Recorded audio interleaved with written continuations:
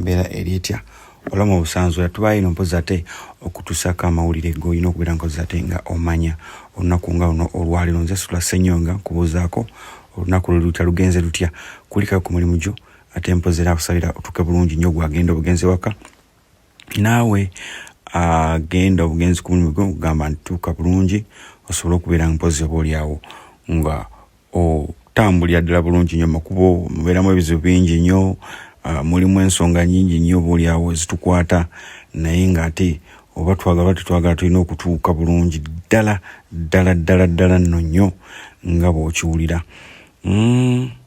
Embeera yonna nga bw'eri tugiraba bw'etambula obulamu tubulaba nga butambula abamu bwe baba balasi bebiri byabeera laga naye balasi bebiri biki ebyo biba nja kugamba nti Uganda ng'eggwanga weriri wakati liri masaŋŋanzira g'ebizibu buli kimu kiyuguuma General Moses Kainerugaba wa CDF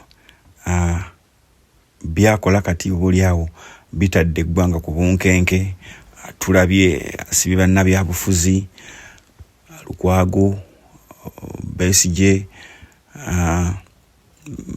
byazaakola ku baana ba NUP n'abalala then ogatteko n'okubeera nti kati essaawa zino banoonya omukyala Miriam Matembe talabikako nenga kigambibwa nti yandibanga naye yakwatiddwa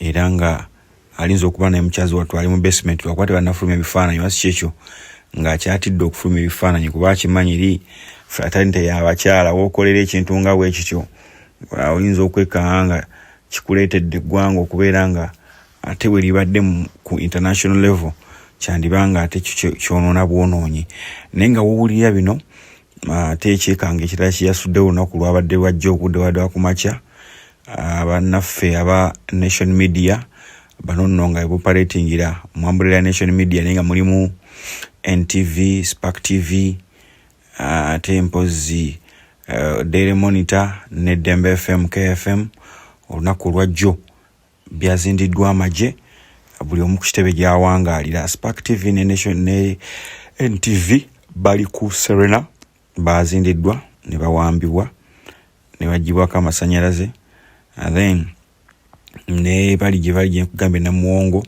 nayo ne bazindwa nebeera nga baggalwa era essaawa zino bonna bakolera ku internet as in okubeera nga bakolera ku social media pages zaabwe gye bakolera amawulire okubeera mpozi nga ate eggwanga ligenda mu maaso oba ne kampuni ng'egenda mu maaso wano bakulaze nti baggaddwa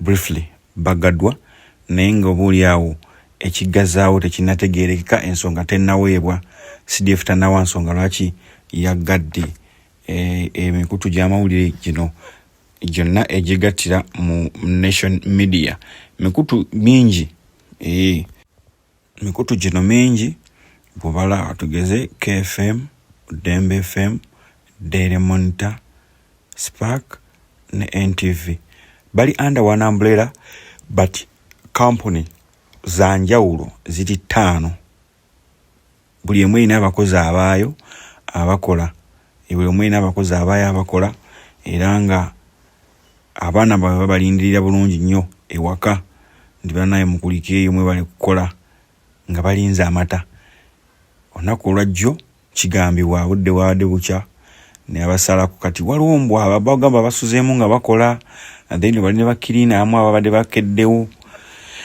abalongoosa n'ebirala abo bonna babagaliddemu munda era essaawa zino bakyalimu munda ebibuuzo biri nti balyaki basuze batya yonna gye musinzira okubeera nga muzimu tulaba abasinga mukyalina ku masimu gammwe eyo maybe tubagamba bugambe nti musiteekeko www.komalfm.com mujja kubeera mpozi nga ate mufuna updates ezifa ku mmwe mwennyini butya bwe muyimiridde munda ne wabweru kakati nno oluvannyuma lwa kampuni zino okubeera nga ziggalwa eyaliko mpozi ate munnamawulire wennyini wa Daily Monitor Andrew Mwenda yavuddeyo na tweetinga ku X n'agamba nti kakati wano tuli mu nteeseganya ekintu kino kankikusomere gwe kenyini obeere ng'okyetegerera kubanga nze kinteereddemu olukolosoofa lungi nnyo nga bineewunyisa bwewuunyisa. Avuddeyo n'agamba I've just held a discussion with General Muhoozi Kainerugaba MK and we as leaders of PLU have agreed that we shall reopen both Daily Monitor and NTV soon.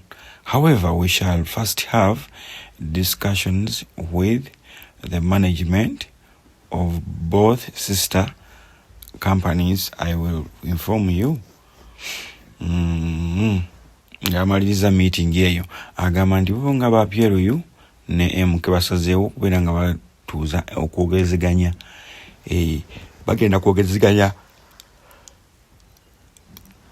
n'oluvannyuma bagulewo companies n'ebbiri Daily Monitor ne NTV babigulewo ne bagenda sooka kwogerezeganya ate empozi n'oluvannyuma bajja kubeera nga batutegeeza. Kati wano omuntu agenda kwebuuza ebitongole bino byaggaddwa kitongole kya PLU byaggaddwa magye oba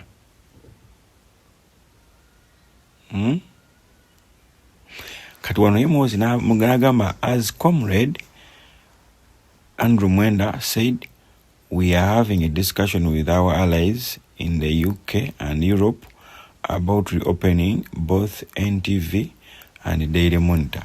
We shall take results of these discussions to Muzei for final approval. Nti bagezaako okwogerezeganya ne banywanyi baabwe abali mu UK ne mu nsi z'amawanga g'abazungu ku ky'okuggulawo Daily Monitor ne NTV. Ne bagamba nti bagenda kubeera nga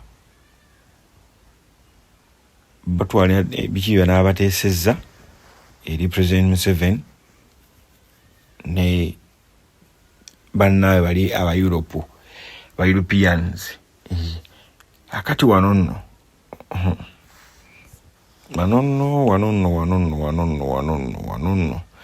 okusinziira ku bannaffe aba Daily Monitor NTV n'abalagamba nti bafiiriziddwa ezandibadde nga milioni 5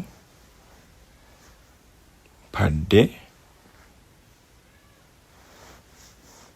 n'endowooza za dola milioni 5 eza dola padde zebadde bakola mu kampuni zino 5 bw'ogattagattamu zebakolera bw'ogattagattamu milioni 5 eza dola entane eza dola.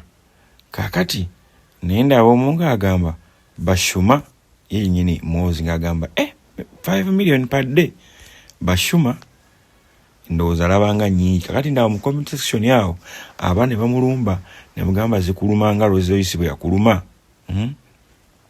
Naye mbadde bano bazikuŋŋaanya kuva mu misolo n'abantu balanga tebalinga mmwe abazikuŋŋaanya okuva mu bantu ne muzibba obubbi. Ebyo bigambo biri mu comment section. Ebyo bigambo biri mu comment section oluvannyuma lw'okubeera nti booli awo bannaffe bano baavuddeyo nga balinga abagamba nti ono okugala NTV booli awo yakikoze na kanyoomonyoomo na joogo.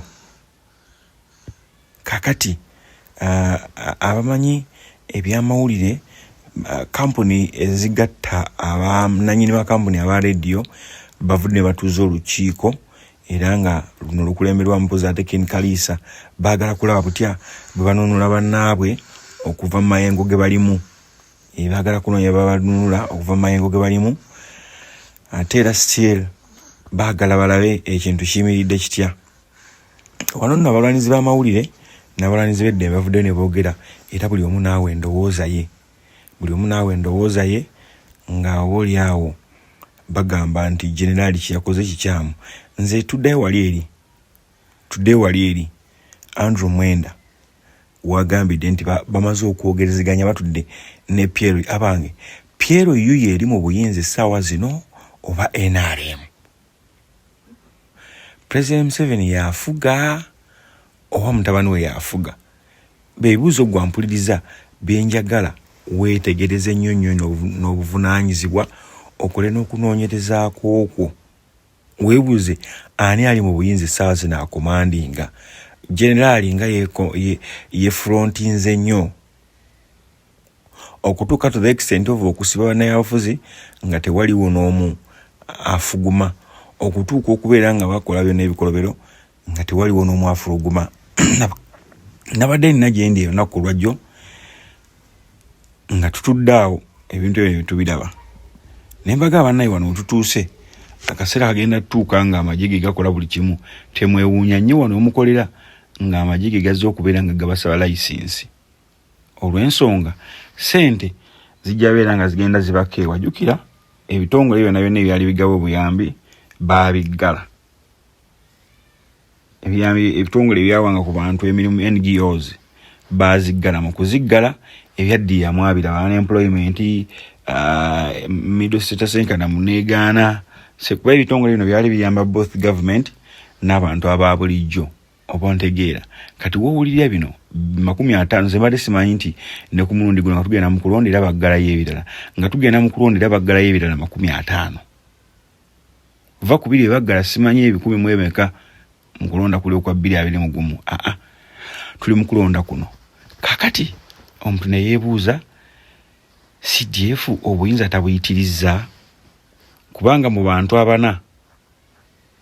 abana singa president abeera taliiwo CDF taliimu. Tulina Ssaabalamuzi, tulina deputy, tulina Ssaabalamuzi, tulina speaker, tulina vice president. Awo wonna taliiwo CDF. Singa president abeera tugeze waliwo emergency oba afudde oba akoze atya, ani aliwo ali immediate asobola okujja n'akola ki n'afuga.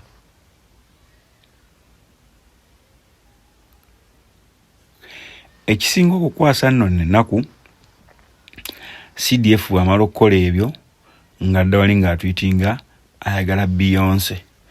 Tamanyi lwaki Beyonce amutambulira ku mutwe nga nviiri, buli kwegira bw'ati Beyonce. N'agamba ye buli bwamulaba alabira ddala ekirooto kye, alinga yingini ya Kaweesa. Buli bwamulaba bw'ati alabira ddala ekirooto kye.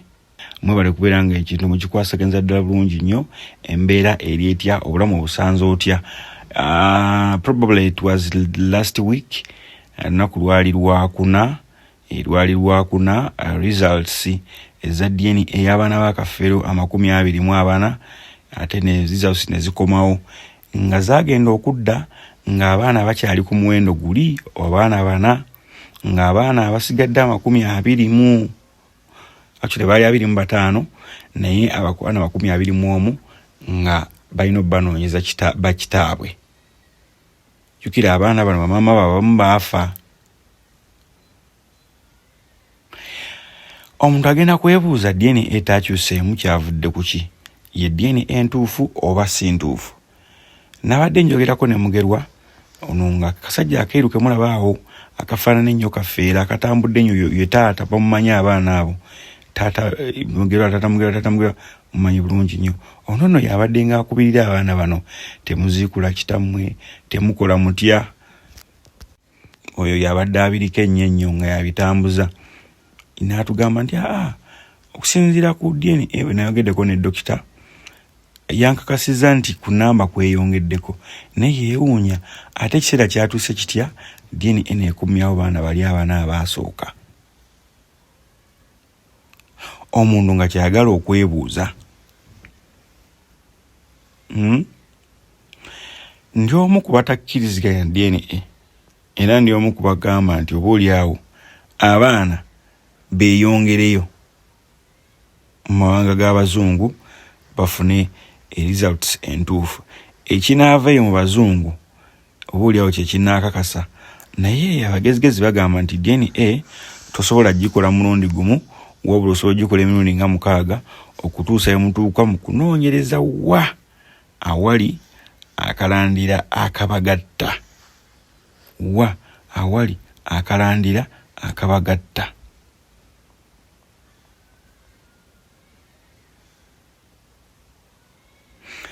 Bangi baweddemu amaanyi abaana baweddemu amaanyi obuli awo ne bamaama baabwe n'abakuza ababasigaza baweddemu amaanyi okusinza ku DNA ekiyalangiridde. Kakati nno wano tukugamba nti obuli awo badde okyaliisa ebijjanya l'empiso DNA wetu yalamudde. Baana bagenze bawera nkolokooto.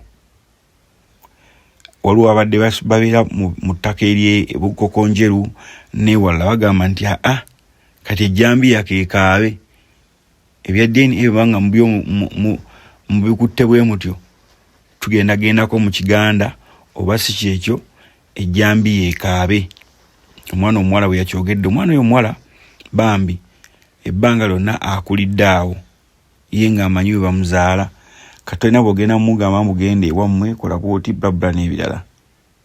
Akulidde awo buli kimu kyabadde akola byonna abadde abikolera awo. Abadde abikolera awo era nga ebintu ebisinga byonna obungi tabikoleranko walla maama we oba maama we yafa sijjukira, but ye Esther omuwala oyo ndowooza ye Esther. Abaana nno bano nga bamaze okukola DNA ate basabye Balamu abayambe nti oba oli awo bakole ne DNA ku bataata, kubanga mu taata waabwe Nende enneeyisa gy'abadde yeeyisaamu ate nga teyeeyisa nga taata. Yeetaaga nayo okukola ki? Okukebera. Era bw'oba otunuulidde videos zino abaana bano balagira ddala obukyayi balina ku Nende nti ye baaganye n'omuwahaaga okugwa mu kifuba. Mugerwa baakikoze naye ku Nende kyagaanyi. Ku Nende kyagaanyi nga balina obutakkaanya nga bw'obimanyi mu famire. Omuntu agenda kwebuuza lwaki Mugerwa oba Nende bandibadde bakaana nti bannaaye ennamba y'abaana yeeyongereko. Manyi byonna birimu olukolosoofa. Ebibuuzo bingi. Tutandikire ku baakoze DNA. Baswazi bayinza okuba kale bo balina ekigendererwa kyabwe, naye olajja kwebuuza interest ya Balamu eriddawa, kubanga yagambye agenda nabba wente bayabye olumbe lwa taata waabwe. Kati interest ye nga ye Balamu eriruddawa. Abaana bayinza okubeera nga bali eno baajaganyizza naye nga ne ssente zaakoze DNA tezavudde wa muzeeyi, zavudde wa Balamu yennyini ng'agenda babanjiza mu ndongo ya kitaabwe nga jagenda babanjizaamu copyright na biki ebirala atwale rights. Eyo ndowooza yange. Oli agenda kubuuza bano bamugerwa lwaki bafa nnyo ku nnamba yeeyongereko. Kuba okwongera ku nnamba kubeera kwetikka buvunaanyizibwa. Era mwalabe ne Nende ng'agamba nti abaana DNA beewandudde ye agenda bagulira ettaka abagaye mutandikire awo mubeere awo. Muli baana baffe, ffe tumanyi muli baana baffe. Awo wali obuzibu nno. Awo waliwo obuzibu bungi nnyo obwolekedde obuli awo famire. Munyagwa nga bwe nagambye essaawa enfuulu beera mulebera ennamu yagambye kyemwanoonya ndowooza mukifunye. Famire mwajabuluzzaamu dda. Abo DNA endala ne bwejja ne bakakasa nti baana ba Kafeero tebakyasobola kwegatta nga baana ba Kafeero. Already beetemyetemiemu dda. Mwabatemyetemiemu dda mmwe ng'abamawulire. Naye oba oli awo ffe ng'abamawulire abaana ba Kafeero n'emikwano gye tebabalekedde kyakusalawo okuggyako okukola DNA emalewo eggwe mu kibya newankubadde ebuusibwabuusibwa. Abaana abakomyewo omuwendo mutono nnyo. Omuwendo mutono nnyo ku baana abakomyewo bw'obanga otunuddemu. Maama omusajja abeera yakoma kuzaala abaana bana bokka. Abaana abakulu ku bano baswazi abo nange mbagaana, naye abaana abato ku baswazi abaana balina okuddamu bakeberebwe. Bali abakulu ku baswazi ninza okugamba kale mwandibamu bannakyeyitize, naye ku baana nga bato ku baswazi weetaagawo ettooki ey'amaanyi ennyo abantu abo basobole okubeera nga bafuna justice, basobole okufuna nga teebuli abo baddizibwa mu kika kyabwe, kubanga tebalinayo walla gye bamanyi. Bakuze bamanyi wa Kafeero nti taata waabwe. Kutukulisa mu weekend ebadde empanvu ennyo bwetyo. webala kubeera mpozi nga ate obadde otambulira ddala walungi nnyo nze naawe. Tukyaliyo kubeera nga tukuwa amawulire gwena okubeera mpozi nga ate omanya ku lunaku nga luno olwaleero embeera eri etya. Kale kyonna kyekiri tukwebaza okubeera mpozi nga ate obadde ojja otugoberera. Mawulire amalala, omukyala Miriam Matembe still missing, nga kigambibwa yali afulumye okugenda okukolako ku dduyiro ate mwana tu abasirikale ne basalako ennyumba ye waasula. Kati egenda mu wiiki, talabikako, tamanyiddwako mayitire. Mwami we agamba amunoonya, naye ekyebuzibwa naye nyini tamanyiwa waamunoonyeza. Olw'ensonga agamba kati nze ndi mukadde era okunoonyaako kwe amunoonyeza akayebuza ntandikirewa. Omuntu atalinaako trace yonna, bw'ogenda ku poliisi tetumuyina, bw'ogenda ku gundi bagamba tetumuyina. Miriam Matembe ono oluvannyuma lw'okubeera nti ewaka we bagenda ne bakyakingayo, ebibiina by'abakyala byavaayo ne boogera. Ebibiina by'abakyala byavaayo ne byogera, n'abantu abalala ne boogera, bannabyabufuzi n'abantu abalala.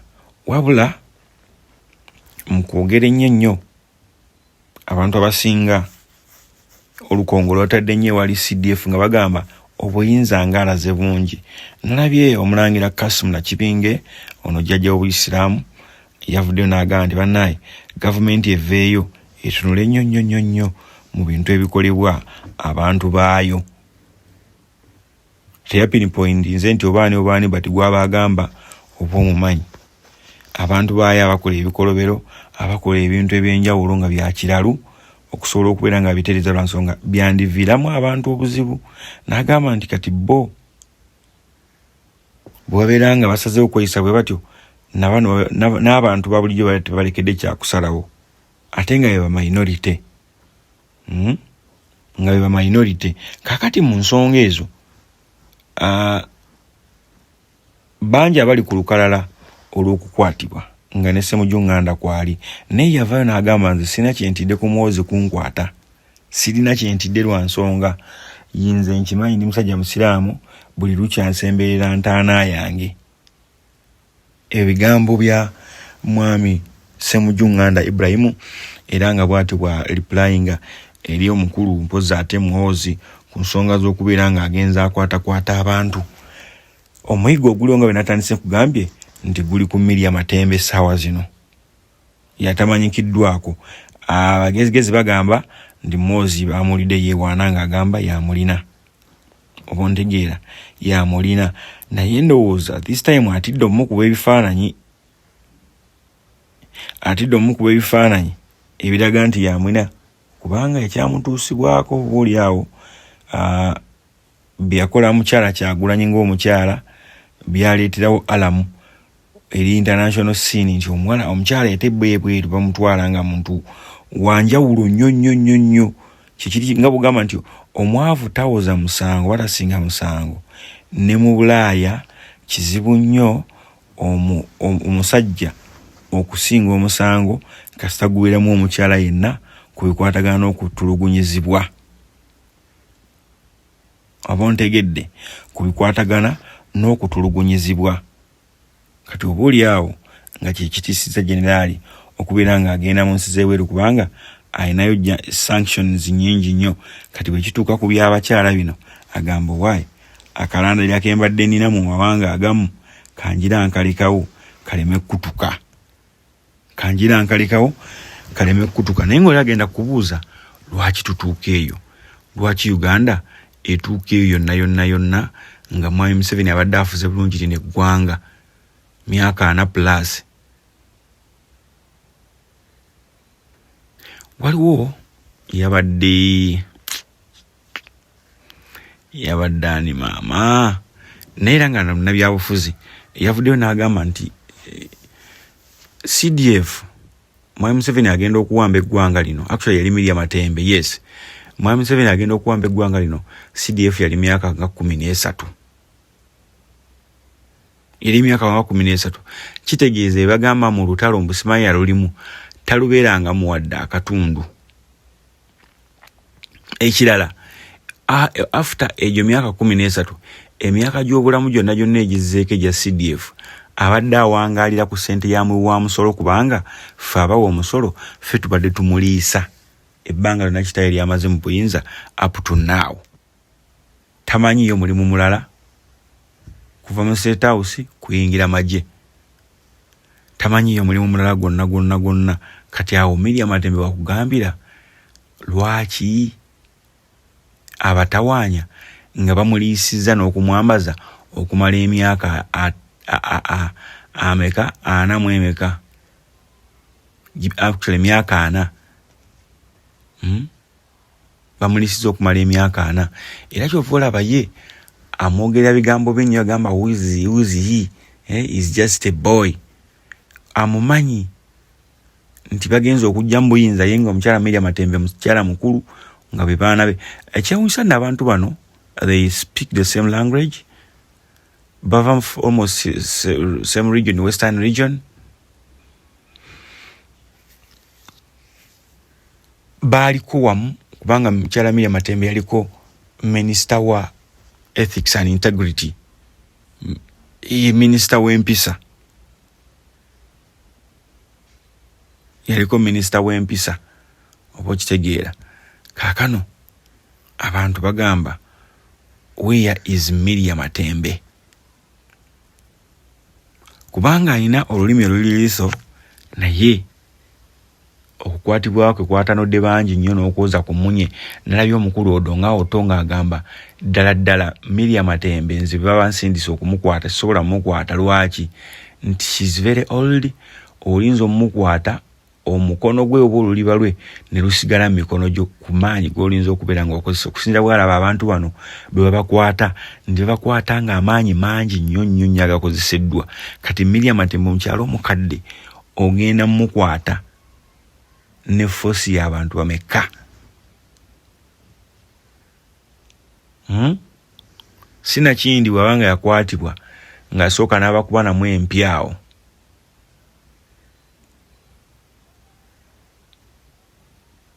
Tetujja kugamba nti yalina kino bakizudde wano, yali avuga emmotoka bagizudde wano. Bagamba yali akedde ku road bagita batya bano abaddusi abo road waaka nga gwakeddeko. Eyo gye yakwatibwa paka nakati tebamanyi mayitirege. Abagezigezi bagamba nti kasitola ba CDF ng'agambye ng'akupositinze tugenda kukwata gundi lelele duka buddusi kubanga abeera ali serious. Abantu labala ne bagamba tunadduka tunaatuusaawa lino eggwanga lyaffe ffenna so siri abalondemu. Tulina okufa nga tulwanirira eggwanga lyaffe mu mbeera yonna nga bweri. Simanyi atuusewa mu kukwana Beyonce naye yalagidde agenda kukuwa bawa Beyonce sente akiveemu amukwase mukyala we. Tamanyi lwaki yeekulubesiza ku mukyala we. Olwo ng'amaze opositinga biri byenkugambye kati bino ne bijja nga bitambula ku X ye gwayagala omugobera ku X. Actually research eraga nti mu Uganda ali mu bifo ebisatu ebisooka ku bantu abalina following ennene ku kibanja kya X, nti buli kyateekayo kisomebwa buli omu ali ku X. N'abateri ku X beekanga ng'oba oli awo oluusi ekintu kibalaze nti waali nnyo. Omukyala Barungi Fiona ensonga z'ettaka ayina engeri gyazikuttekuttemu kannawaala, obufere ku ttaka ayina engeri gyabukuddemu kannawaala. Agamba nti ayina bakooti bulooka bamanyi, ayina babulooka b'amataka bamanyi, bagenda okusooka aziŋŋamye olw'ensonga odaye eva direct wa President Museveni.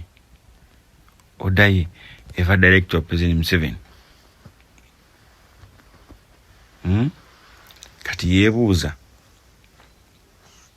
baani abo abasabotaginga embeera?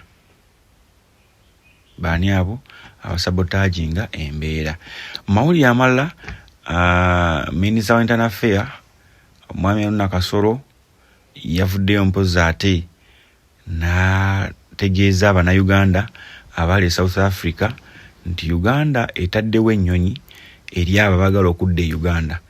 Kino kidiridde aba South Africa okubeera nga bazinzeeko Abannayuganda babakuba ne bakutta wonna yabeera bakusanze oluvannyuma lw'okubeera nti kigambibwa Bannayuganda bamazeewo emirimu gyabwe.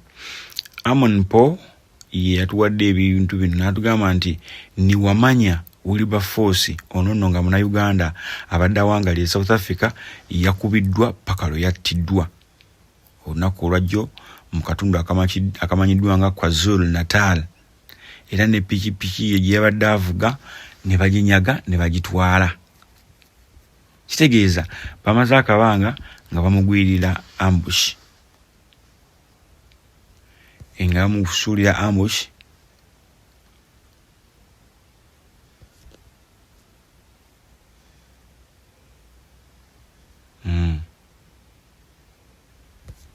amusuulidde ambush zennyini ez'akabi.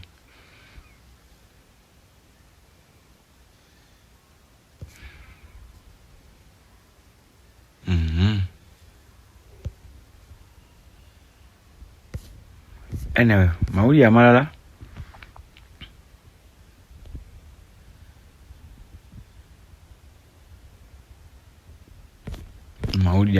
agakulembedde empozi ate olunaku olwaleero tulinamu amawulire ag'omusajja Imagine.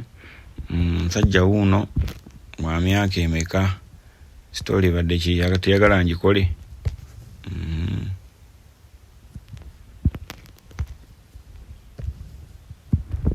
Story negamba etya nti omusajja wa myaka 73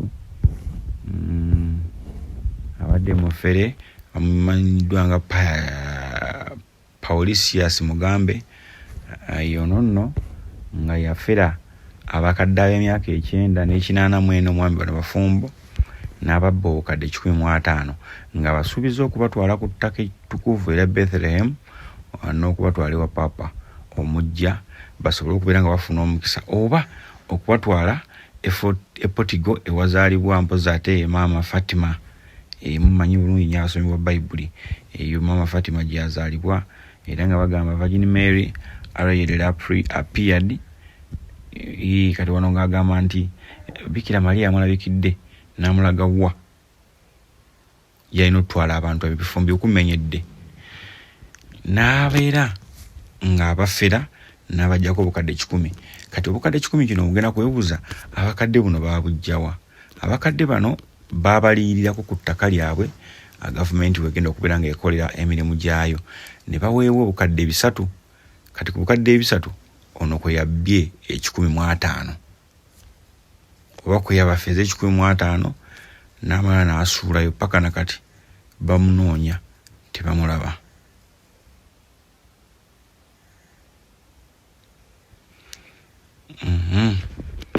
Bwekyebuuzibwa taata waakyali mugezi ku bya ssente oba nedda. Anyway, ku www.kwemalfm.com kwoli program Music Box sigenda kwera mpozi ng'ate nsukkawo awo, nja kubaagaliza okubeera obulungi ennyo, mbeere bulungi, musule bulungi, mweraba.